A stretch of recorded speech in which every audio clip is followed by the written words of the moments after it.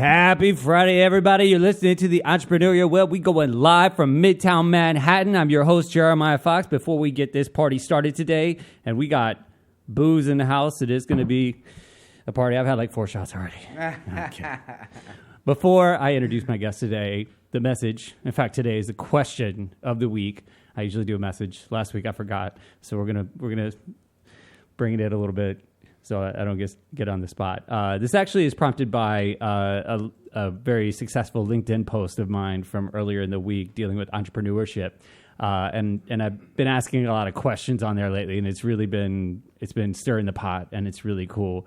I'll get your feedback on it in a minute. Sure thing. What's up, Rob Merritt? How you doing? Good to have you.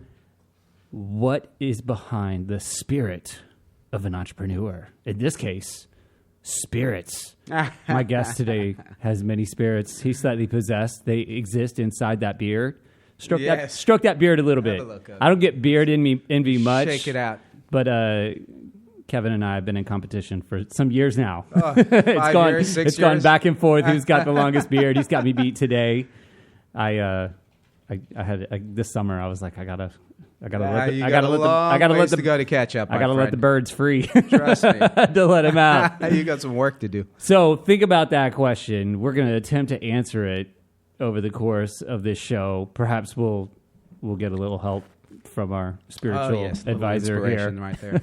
Today, my guest is Kevin Herson, owner, head of Doc Spirit, a New York City-based distillery with the emphasis on absinthe, which is like super classic and like 18th century. That's how old. Yes, that's how old his beard is. He's been growing it since the 1780s, back when he started making absinthe, and kind of pioneered the city absinthe scene. There's not many other people really doing that.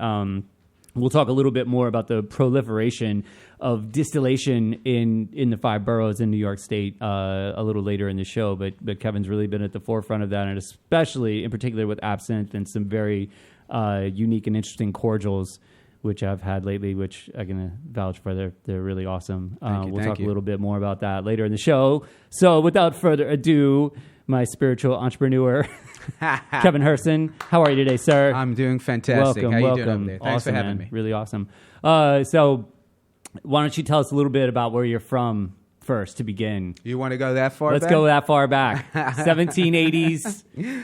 You were born in... Yes, exactly. I was born in Johannesburg, South Africa. Yeah. I'm not going to tell you how long ago, though. Your beard tells the story, exactly. sir. Moved to the U.S. It's like the rings on a tree. If you're not watching Facebook Live, you're missing out on this. 100%, absolutely. So born and raised Johannesburg, South Africa, moved to the U.S. My family immigrated in the mid-'80s. They're all in Southern California, and I have been in New York for just about 11 years now. But you were in California for a little while first, right? I was in California for 20-some-odd years. And then, like I say, came out to New York just about 11 years ago. And we started this project, my wife and I, just over 8 years ago now. So nice. Awesome. What brought you to New York City from Southern California? I was just looking for a change, man. Yeah. I had, lived in New York. All that sunshine. So exactly. I get it. The beard was too hot. You were like, we need to find a climate where this beard can survive. Exactly. And thrive. My favorite thing is when my wife asked me in the wintertime, do you need a scarf? And I'm like, please, do me a favor. What are you talking? You look at me. One year, I got a scarf right here. Right, exactly. One year when I had a really, really long goatee, I think when you met me, my goatee was like pretty long. Goatee and the hair was long too. Yeah.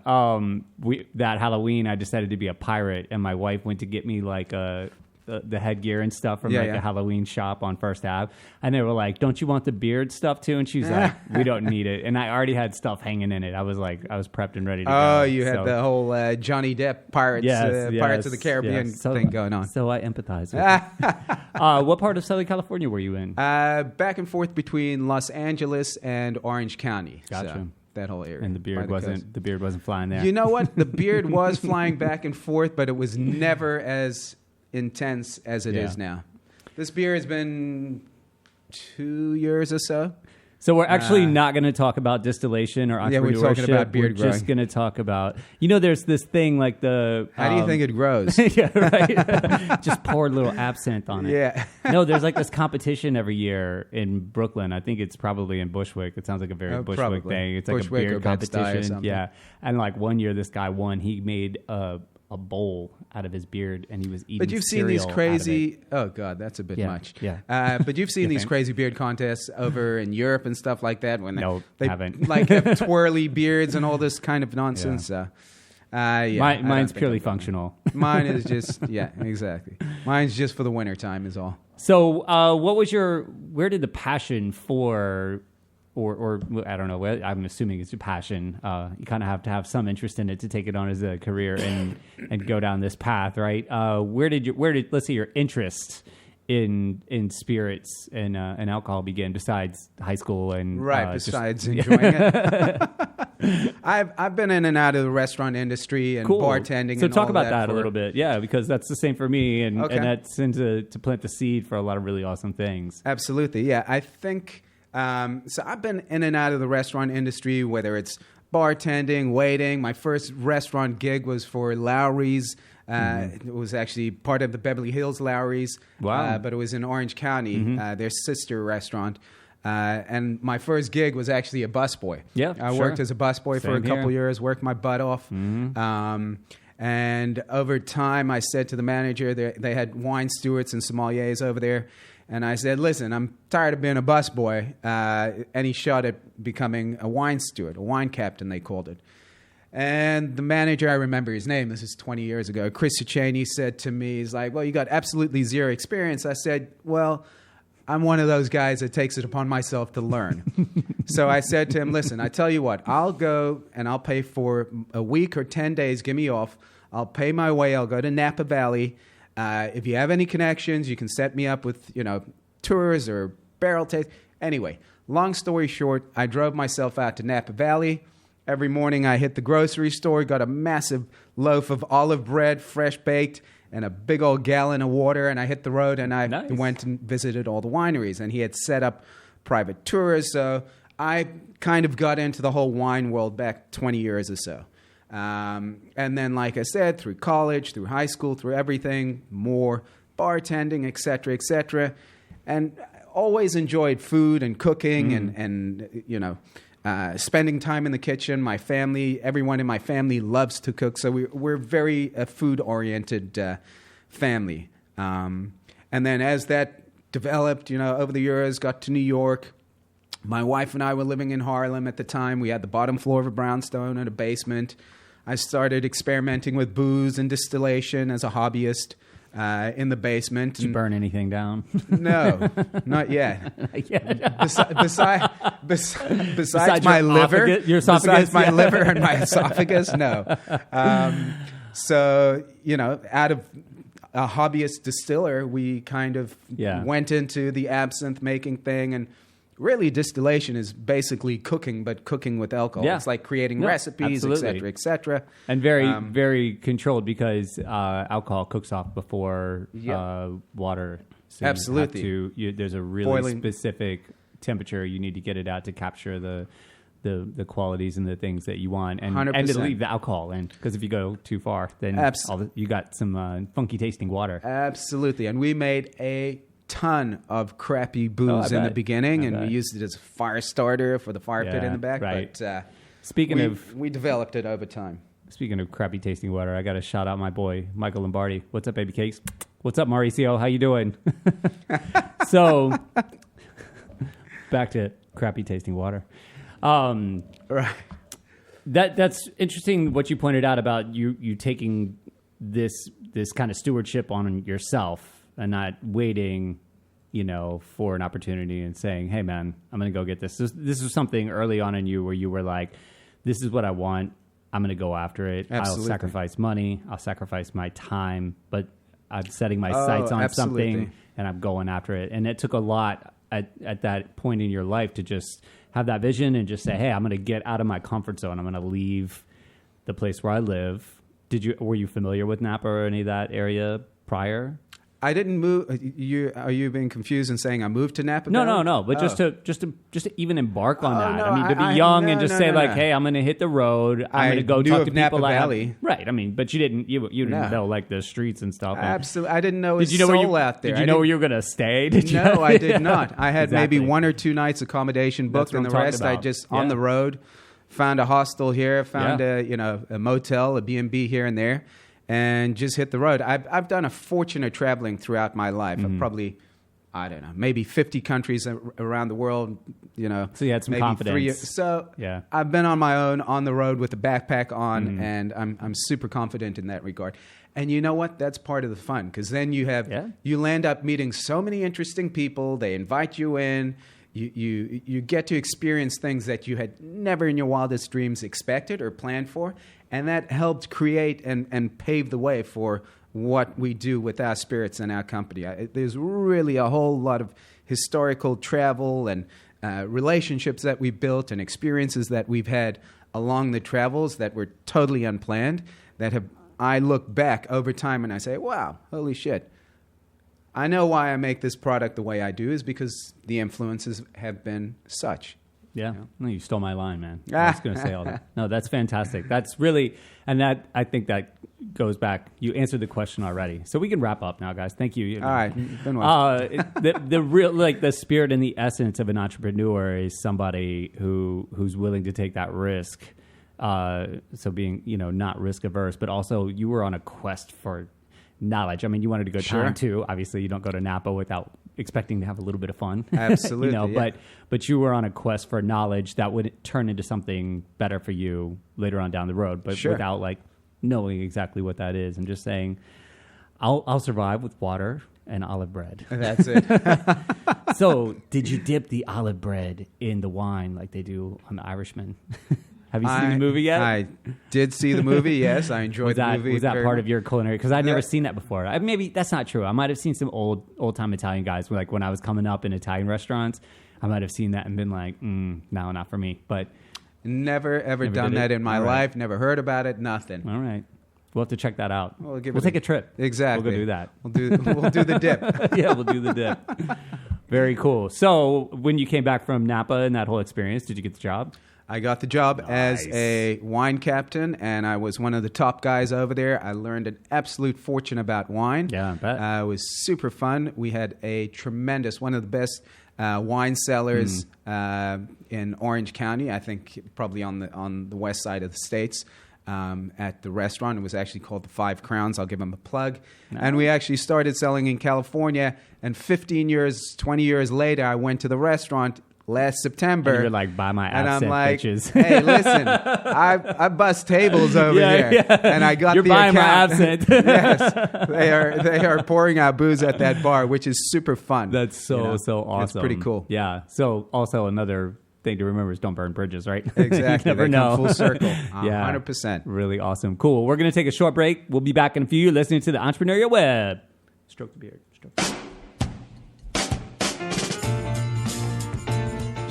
You're listening to the Talking Alternative Network.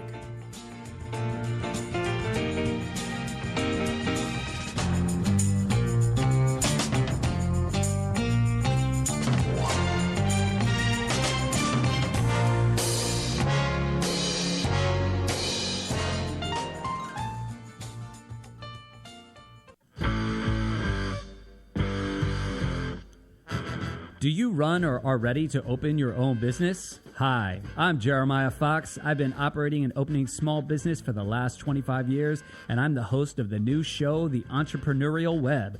Tune in every Friday at noon Eastern Time for insights and stories on the nuances of running small business right here on Fridays at noon, talkradio.nyc.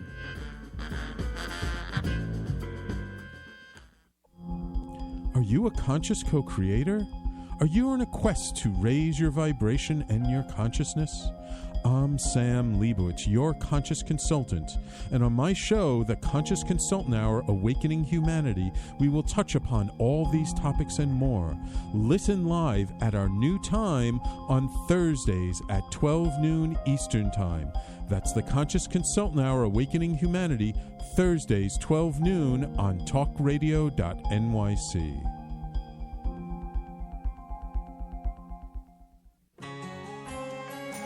Talking Alternative Radio, 24 hours a day.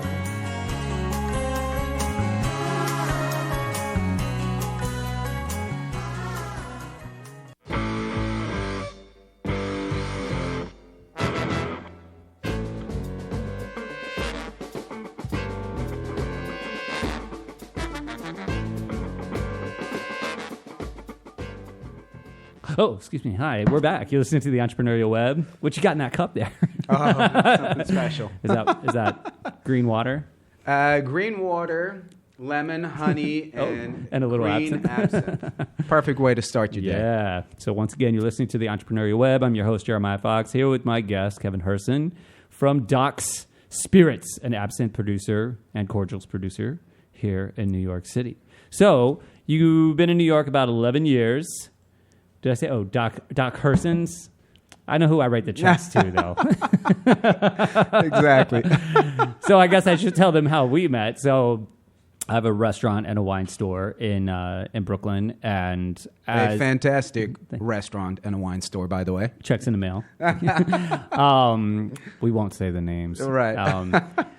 So there was a bit of a, well, why don't you tell us, like, from your experience, I know, and knowledge, from my angle, but you were actually on the production side, what was the change that allowed a guy like you to be able to start a distillery? Because 11 years ago, that wasn't it was sure not impossible, but like very costly, prohibitive. Yep. Go ahead. Give us your little breakdown of what changed. Absolutely. Yeah. I mean, New York City, especially, the state of New York, but especially in Brooklyn, seemed to be the epicenter of this whole craft spirits boom. There was a gentleman, everyone knows Hudson Whiskey, company's Tuttletown Wine. Ralph Lorenzo was super influential. He's a super nice guy, awesome guy. Super influential in having some of the laws changed for smaller guys and a farm ag-related distillery that helps support the farmers, and you use those ingredients in production. So they lowered the barrier to entry from a cost perspective and like a red tape, legal, jumping through hoops type of thing. And there were a few guys that were very instrumental in doing that. That allowed people like me to come in with not millions of dollars to start a distillery. Which is what it used to take. Oh, absolutely. You used to have massive equipment and huge licensing and storage, and this is very, very cost prohibitive. But once this Farm Act craft distiller's license passed in New York, it allowed people like me to get into the business and start on a very, very small scale. As I mentioned, we started in our basement in Harlem, and my wife and I started this entire company.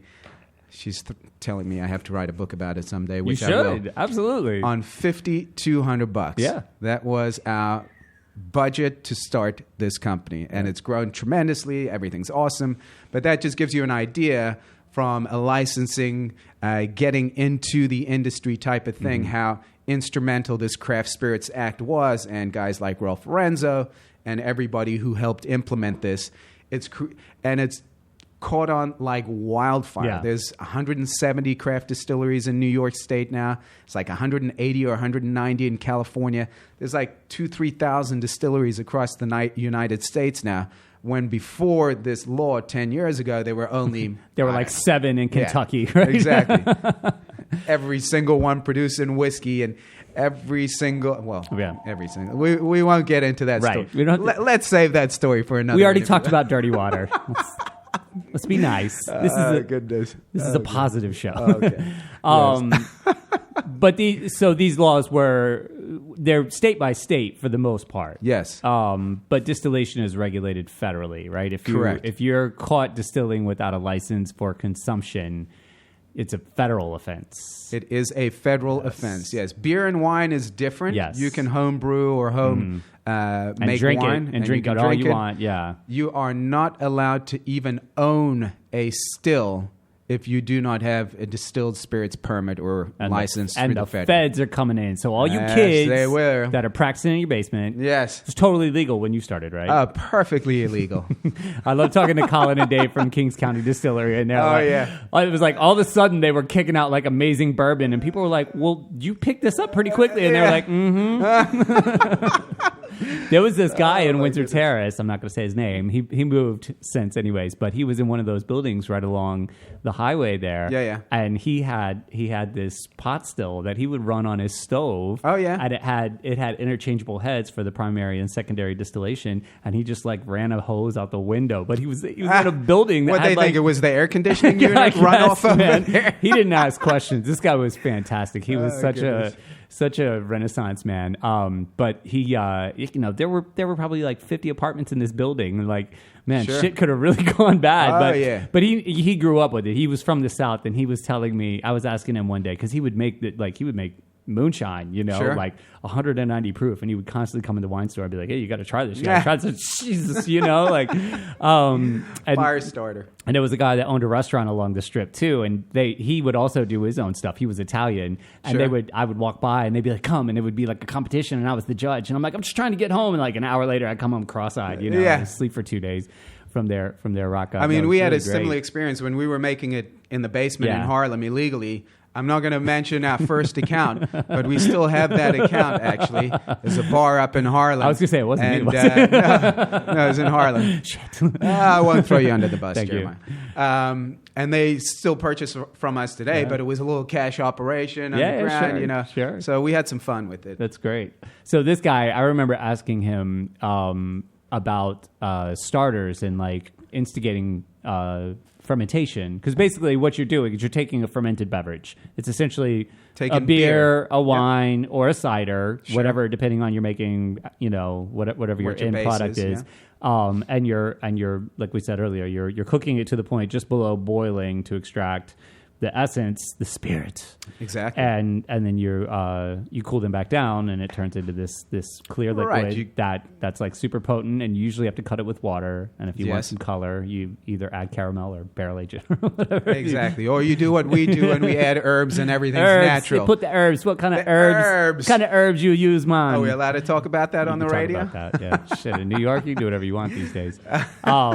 So I remember asking him one time, how do they, especially because he dealt mainly in corn, and I knew how, I knew wheat would naturally ferment on its own, and grapes and apples if you just let it sit. And I was like, but how does corn work? And he was like, we used to take an army bag and stuff it with corn, and we'd bury it in the swamp, and we'd leave it for 2 days, and when we'd take the bag out, it would be bubbling. And I was like, wow, like high-tech techniques there. Oh, my But this goodness. guy, he learned like in the woods, Old like school.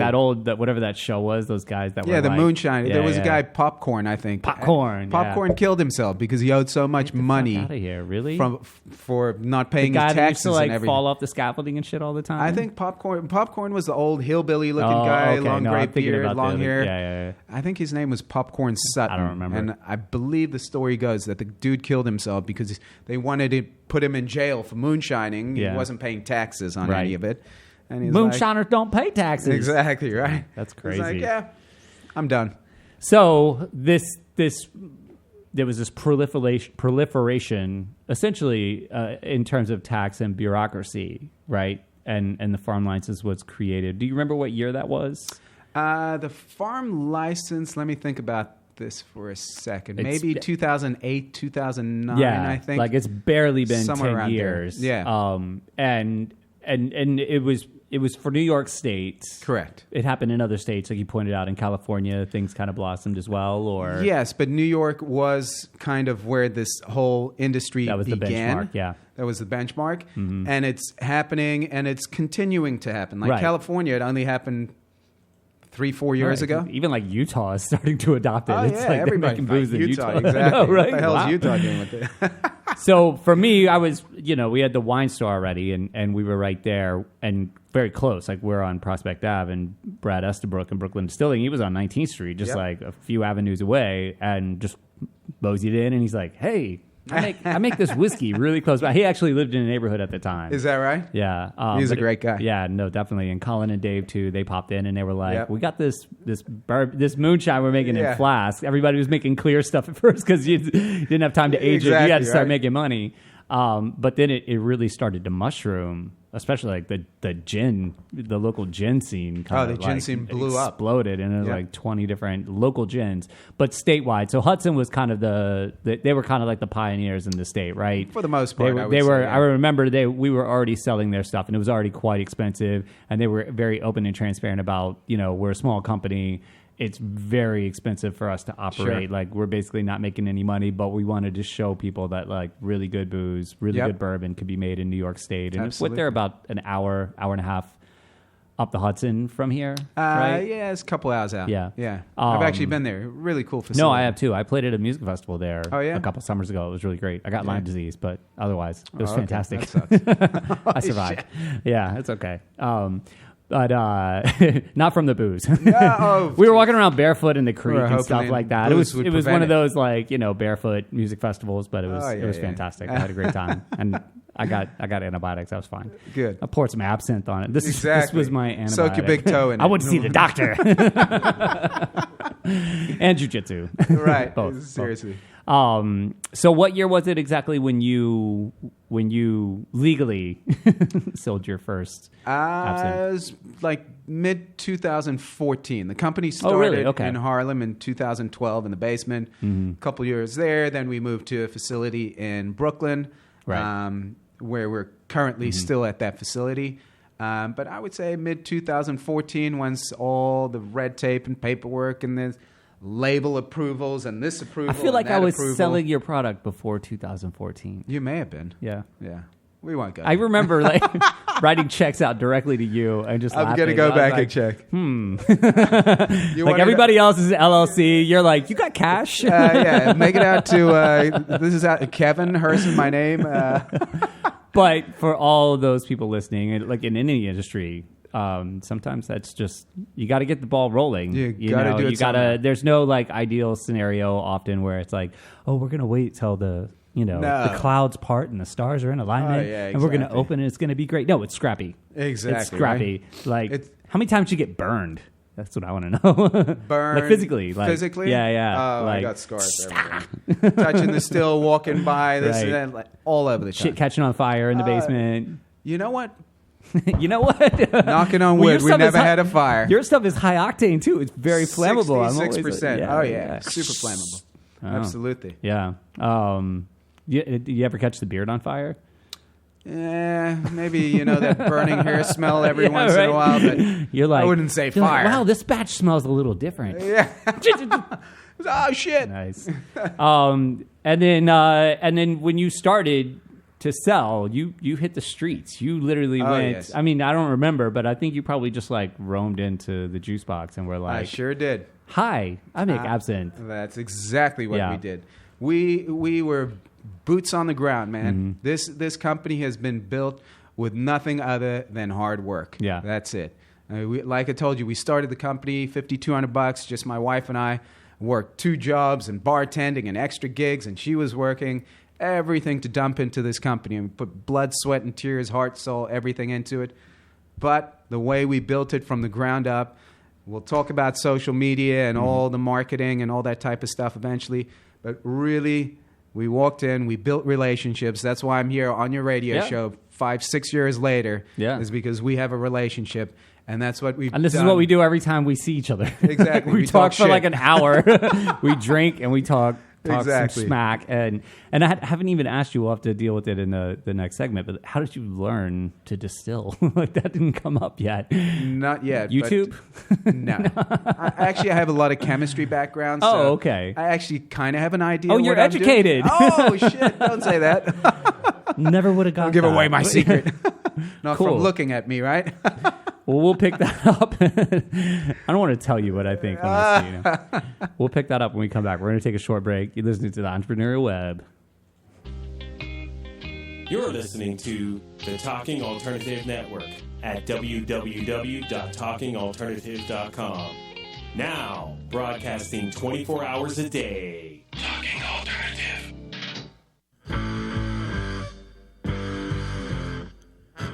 Do you run or are ready to open your own business? Hi, I'm Jeremiah Fox. I've been operating and opening small business for the last 25 years, and I'm the host of the new show, The Entrepreneurial Web. Tune in every Friday at noon Eastern Time for insights and stories on the nuances of running small business right here on Fridays at noon, talkradio.nyc.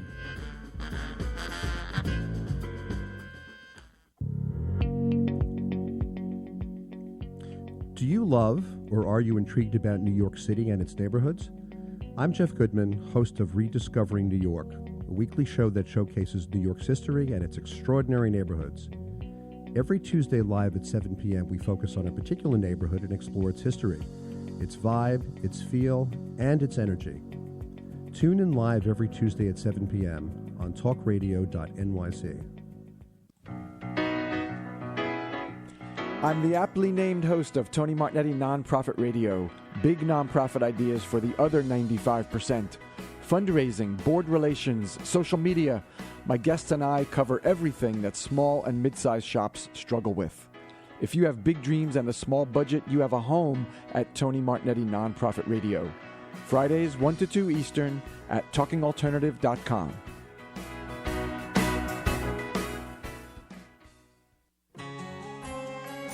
Talking Alternative Radio, 24 hours a day.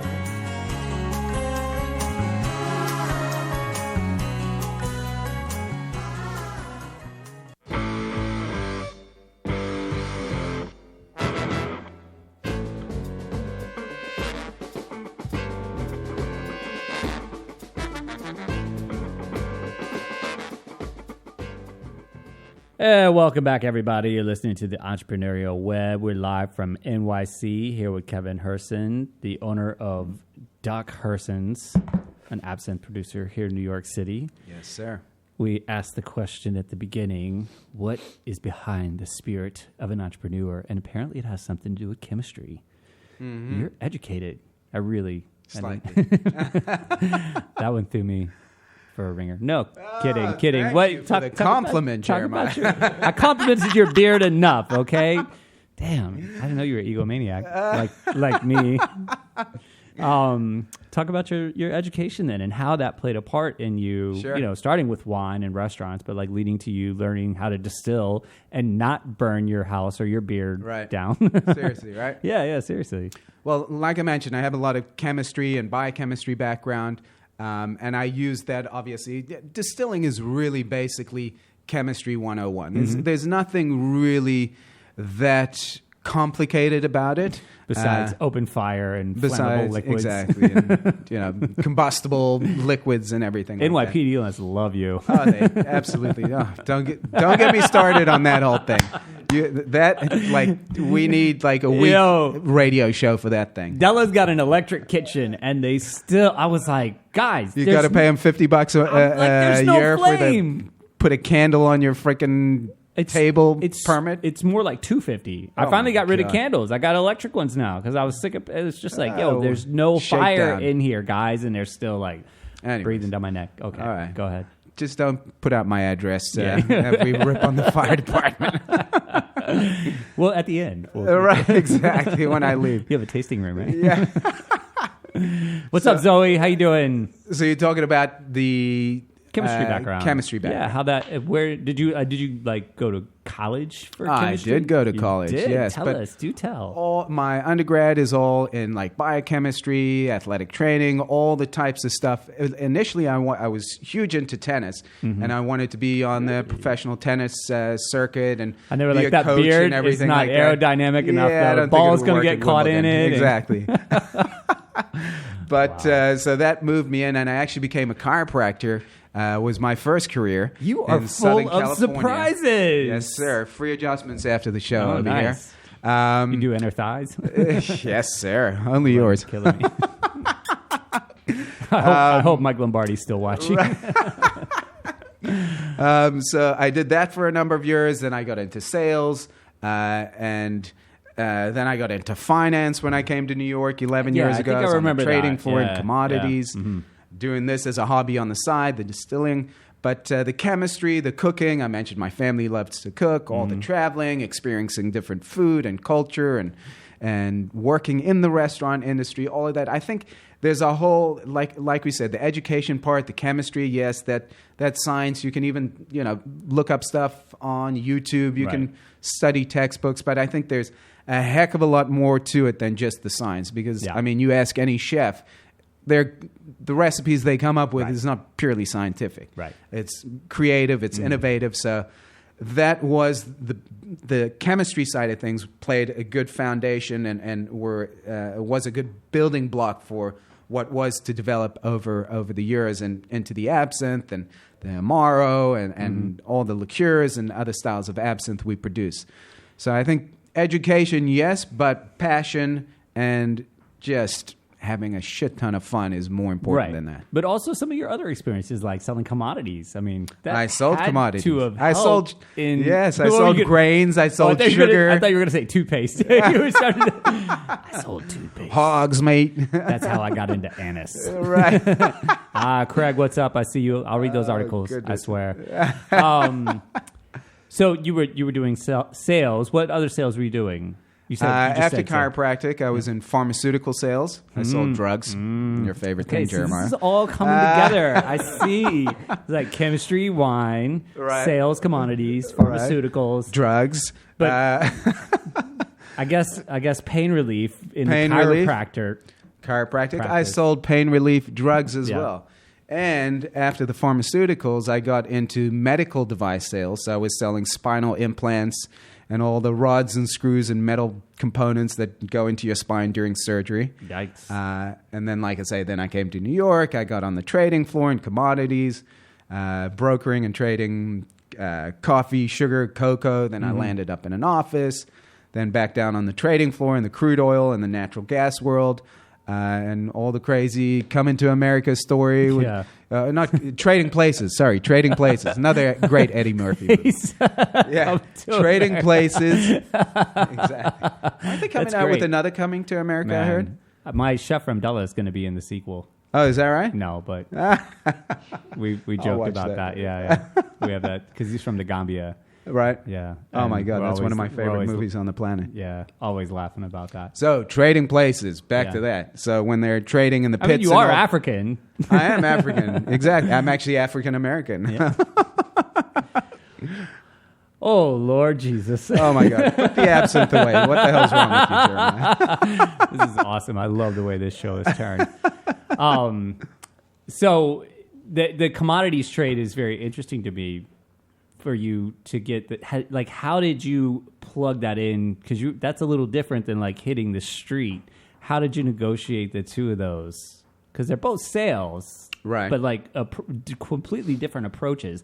How did your experience selling commodities help you hitting the streets? And like literally, you had to go door to door. But it's a little different than selling vacuums because at least restaurants and bars, especially in New York, are constantly looking for that edge, that new thing, something attractive. It's always been a feature of the places that I run that we highlight local people for a number of reasons. Obviously, we want to support. Like I love the fact that a lot of you are using statewide grains. You're making it small batch. It's super intimate. You talk to our customers. You come into the places and you talk to them and represent on the highest level, which is a really important thing. But it's a distinguishing characteristic for my places as well. So it's like you can only get this in a handful of places, and we're one of those.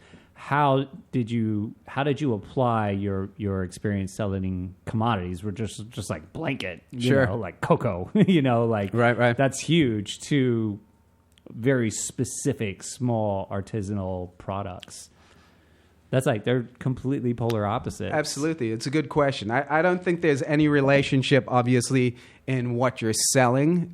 Just as you pointed out, I'm selling contracts, paper contracts for sugar and cocoa and coffee versus actually selling something, a physical product. But I will tell you what commodities taught me being on the trading floor and get my ass kicked. Give me that fire. Every single day is to have thick skin, thicker than the Great Wall of China. Because this industry, the craft spirits industry, being so young and so new, there is a premium on some of the products. They're more luxury goods. So you're trying to sell above some of the local, large corporate brands who some of them make delicious products as well.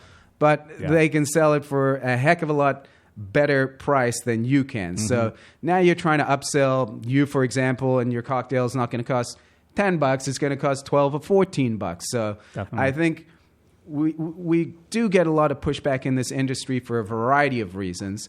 And I think all the no's have pushed me to excel and just push and push and push and pound on doors to get the yes out of the 10 or 20 or 30 no's that I get. And the commodity business taught me, like, Jeremiah, you can tell me no 20 times. Unless, well, I shouldn't say you can tell me no.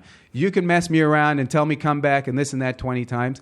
I'd rather get, go fuck yourself, get out of here, we're not interested, as opposed to wasting my time or just say yes kind of thing. Right. But we do get a lot of like, come back, or he's not here, or this or that. So I think the commodity angle has taught me just to be strong and keep going, man.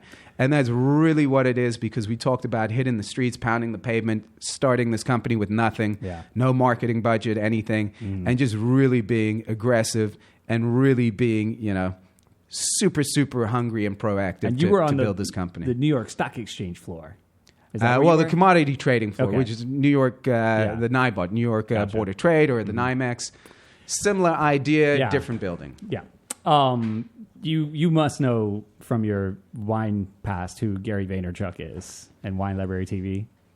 Oh, yeah. Are you privy to what he's doing lately? No. Now he's so, you know, whatever. 12 years ago, I used to watch Wine Library TV because his wine reviews and his kind of unorthodox approach, which I've always enjoyed and taken myself. And then, you know, opening businesses and all that stuff, I just like didn't have time for anything like that anymore. And then just recently, this guy, he like popped up in a YouTube feed. You know, I was watching something else, and the dude, he's probably now said his name out loud and they were spying on you. No, it was a friend of mine sent me a Simon Sinek video about the way you sell things, you know, and she was like, I feel like you would enjoy this. So I was like, okay, great, I'll watch it. And then like next up was Gary Vaynerchuk. I'm like, oh, what's this dude up to? And like, he owns a media company now. It's just like a few blocks from here. Like his company ran 3 of the Super Bowl commercials. Like, oh, wow. Dude done blown up. Yeah. But I've always enjoyed the way he talks. Like just the sound of his voice really gets me pumped. But he said something in something I've watched of him recently, very similar to what you just said. And it's about not wasting your time trying to convince people. Like if you're not getting that engagement right away, move on. Absolutely. Like, don't waste your time. Don't turn a 7-minute meeting into a 30-minute meeting. As soon as you sniff it, there are people out there that want your product. And if you're 100%. wasting your time trying to convince somebody that's on the fence or probably a no, you're missing the opportunity to connect with 2, somebody 3, 4, who's 5 like other totally people. like money in hand, like 100%. hungry, like you have food, I got cash and an empty stomach. Like just Do it. move on, man. Just move on. And it takes that thick skin and knowing like, oh my God, you have to have that fortitude to see that far down the road. Like absolutely, it's down there. You're knocking on a door because there's a fire in the hotel, and you're trying to tell everybody. And if somebody starts having an argument with you, saying, "I don't believe you," there's a fire in the hotel. Bye-bye, you're like, right? "Dude, I'm out of here, pal. I got a You're beard gonna to burn." protect. Exactly. All right, we're gonna go protect our beard. We're Yeah. gonna take one last short break. We'll be back with the interview. This is the Entrepreneurial Web. Talking Alternative Radio, 24 hours a day.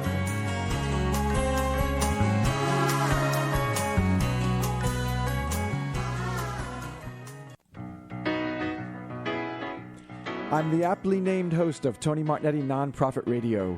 Big nonprofit ideas for the other 95%. Fundraising, board relations, social media. My guests and I cover everything that small and mid-sized shops struggle with. If you have big dreams and a small budget, you have a home at Tony Martignetti Nonprofit Radio. Fridays 1 to 2 Eastern at talkingalternative.com.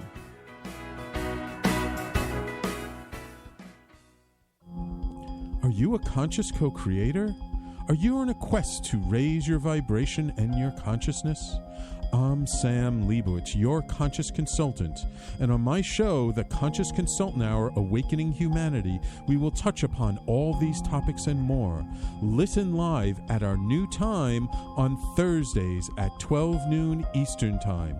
That's The Conscious Consultant Hour Awakening Humanity, Thursdays 12 noon on talkradio.nyc.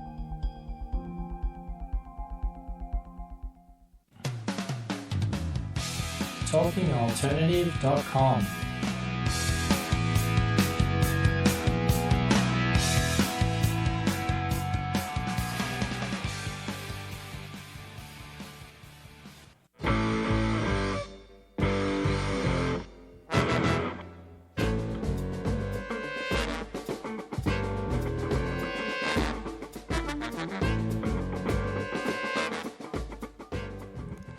And we're back. You're listening to the Entrepreneurial Web, doing our last segment here with my buddy Kevin Herson, owner of Doc Herson's. Sorry, my cord was tangled up under my chair. I rushed to get my headphones on. My hair is all messy, and I said the words wrong. Oh, goodness. Kevin Herson Yes, of sir. Doc Herson's Spirits, now a Brooklyn-based operation, but got started in Harlem here Correct. in New York City about 8 years ago. Yep. 10 if you count the underground, the black market years. Go on, just Google Harlem Absinthe Basement. Mm-hmm. And there's a whole Village Voice actually did a video of the underground operation. So if you want to see a completely illegal operation, how to do things illegally, go check that site out. Are you in that video? I am in that video. Yes, I am. You just want trouble, don't you? Oh, we actually had the TTB, the federal Yeah. guy, show up to the distillery in Brooklyn. Wow.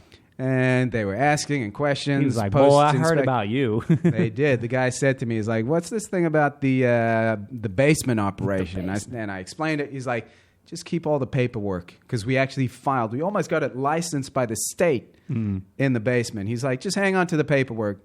Make sure, like, one day if we come after you, like you were a little naive and you thought like we could get this thing going in the basement. Right, He's like, right. keep the paperwork. God, what's the statute of limitations for that? That's Couldn't tell you, man. wow. We must be coming past it now. Watch your back. Yeah, let's Yeah. hope. Jesus, that's crazy. So you spent time in a number of different industries that lended itself to you being able to distill but also sell this product. So the background in chemistry, working as a chiropractor, getting into pharmaceuticals, commodities trading and sales, restaurant sir. industry, obviously. What other things have helped you just besides hitting the street, going door to door, going to places that are most of the time looking for Sure. for at least interested in it's a little bit of an open door policy, which is Right. good. It's not totally cold, but a little. Can be. It can be, yeah. What else has assisted you along the way in being able to get your brand? Because you're in California, where you Yes. lived for a long time, and New York. Are there any other states that you're in? Not yet. We just started selling in California in September. Okay. Things are going phenomenal out there, being super well received. And New York, we got a couple other states lined up, but I don't think anything will get going. And what about until after. internationally, in terms of online sales? We have had some inquiries from Germany, from the UK, and a handful of Japan, actually. Obviously, that makes Canada. sense. Yeah. It's a little bit tricky at times. Yeah. Navigating through the legal side of distributing a controlled substance, being alcohol, can be a little tricky at times. And plus, we're selling everything we're making. We're expanding the distillery actually at the moment.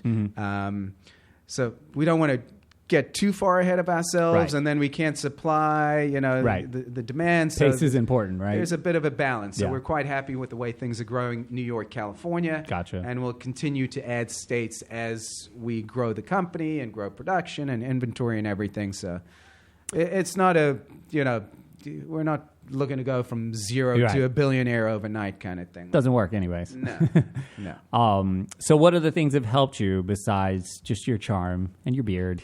And That's the charm. I know you're lying. I'm not. The reason you're here is because every time we get together, it's a good time. This is much fun. Absolutely. And you are charming. I mean, I've never told you no. The moment you walked through the door, I was like, I don't care what he has. Yeah, just I'm buy from buying this guy. it. Yeah, definitely. I love it. So what else has helped you along the way? I know you're very active on social media. Sure. What other things, in addition to that, you're welcome to talk about social media. What else has helped you really get your brand and your name out there? You know what? I'm going to throw out, besides the social media, ready. besides knocking on doors and busting out shops and everything like that, I'm going to throw some props out to the community of the initial guys that started this craft spirits boom across the country. And you're talking about the Kings County guys. You're talking about Brad from Brooklyn. You're talking about us. You're talking about this. There's maybe less than 10 people that were the core craft distilleries right from the get-go. And I think the fact that we didn't start making gin, that we didn't make moonshine, that we didn't make whiskey, the fact that we started making absinthe and there was not a single other person in that little community that was making absinthe, everyone kind of was rooting for us. You were no longer competition in that way. We weren't competition, and we were accepted, and people saw that we were doing this from scratch. We don't buy any neutral spirits and alcohol, which a lot of branding companies, they color and flavor and slap a label. We make the stuff from scratch, from the raw ingredients. We do it legit right from the get-go. And I think that is very well respected in the community because people who are craft distilleries understand the difference of making it from scratch versus coloring and flavoring alcohol, basically. So I think our reputation right from the get-go was super well respected by that craft community. So when Colin from Kings County sold some whiskey, says, you need to make a Sazerac for your menu, go speak to Kev. He's over, Kevin and Stacy. They make absinthe down the road over. So I think what has helped us tremendously is the community of that core group of craft distilleries. And we've done our work. We've busted our chops. We continue to do so. Right, pounding which you have the pavement. to. It's you New have York. to every day. Yeah, it's great that you said that. You have to have. A lot of people neglect that. You have to have the product. It's got to be on point, especially in this market, man. You can't play games. Like you get exposed here, that's a wrap. People will just like push you aside. It's like smoke and mirrors. Yeah. So the legitimacy of the actual product, but you also said a really interesting thing, which goes back to answering the initial question of what is in the spirit or spirits of an entrepreneur. And you filled a void. There was clearly a need where like we didn't need another gin. Sure. We didn't need another whiskey, but we did need an absinthe. Correct. And what you said, it's happened with me where a lot of people have asked me to help them curate their cocktail menu. They want to do a craft cocktail menu for their bar or whatever. Sure. And they wanted to utilize as many local ingredients as possible. And you always come up because it's like, you have choices in whiskey, you have choices in gin, but there's only one absinthe. Exactly. And like, you're going to buy that shit because he's my buddy. But no, that's like really integral. And so I was mentioning at the beginning, I put out this LinkedIn question earlier in the week that got a huge response.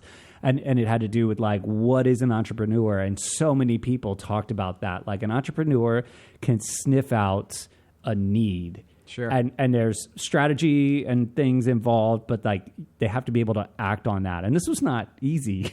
Like by no means. Not easy at all. None of it is. But like this, you chose a particularly hard path. Yeah. Everybody else was like, there's a little bit of light down that road. Well, it's not very well lit. And you were like, look at that dark one with like the briar patch. And like, I think that's a tiger. Fuck it, let's go. Yeah, let's do it. My beard will protect me. You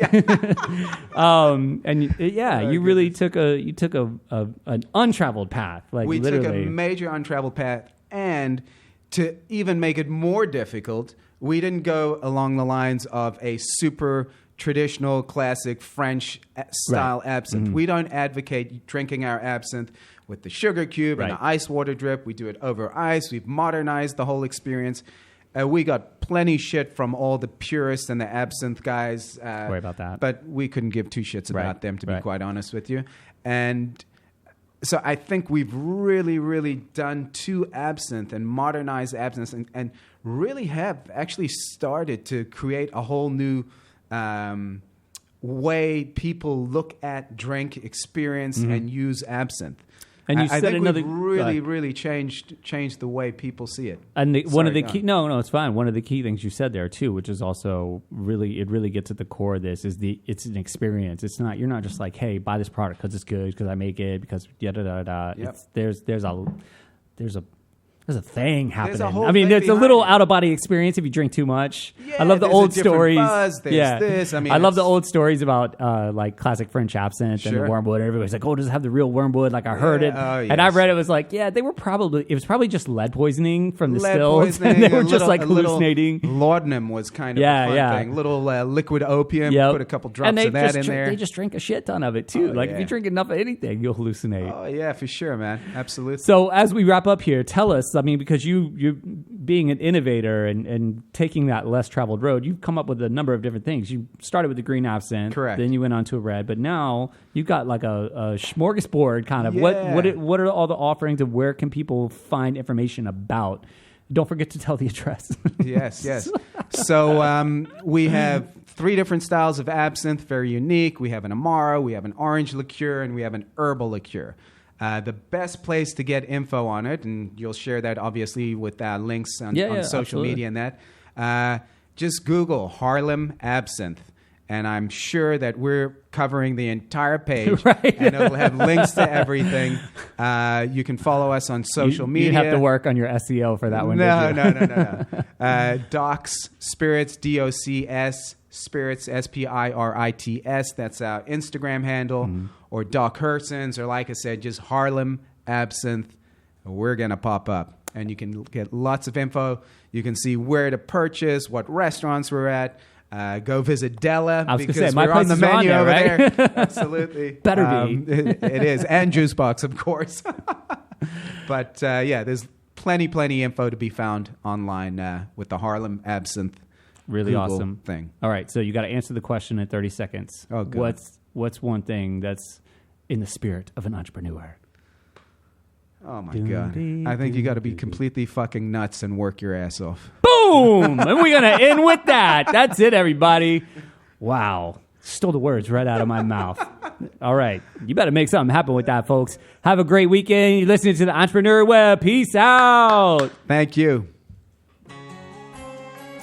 Talking Alternative Radio, 24 hours a day.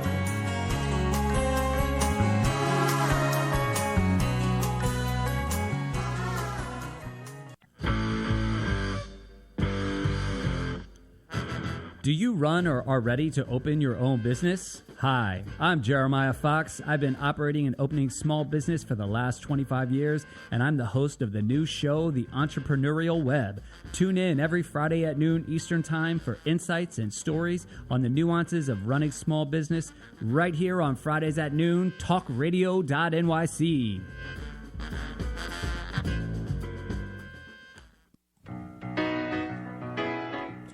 I'm the aptly named host of Tony Martignetti Nonprofit Radio. Big nonprofit ideas for the other 95%. Fundraising, board relations, social media. My guests and I cover everything that small and mid-sized shops struggle with. If you have big dreams and a small budget, you have a home at Tony Martignetti Nonprofit Radio. Fridays 1 to 2 Eastern at talkingalternative.com.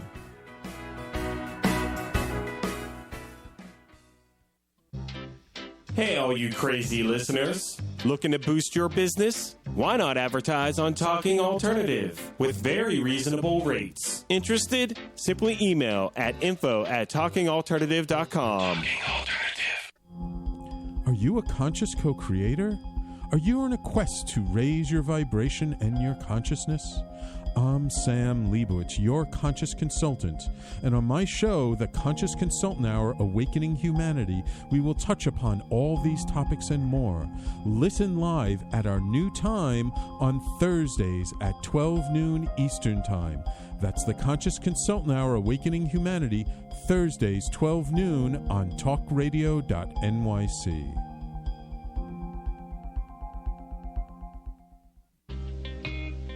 You're listening to the Talking Alternative Network at www.talkingalternative.com. Now, broadcasting 24 hours a day. Talking Alternative. Do you love or are you intrigued about New York City and its neighborhoods?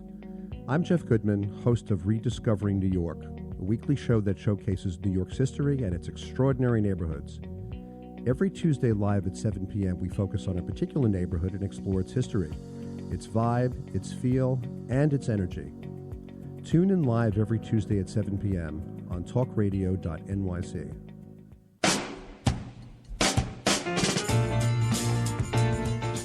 You're listening to the Talking Alternative Network.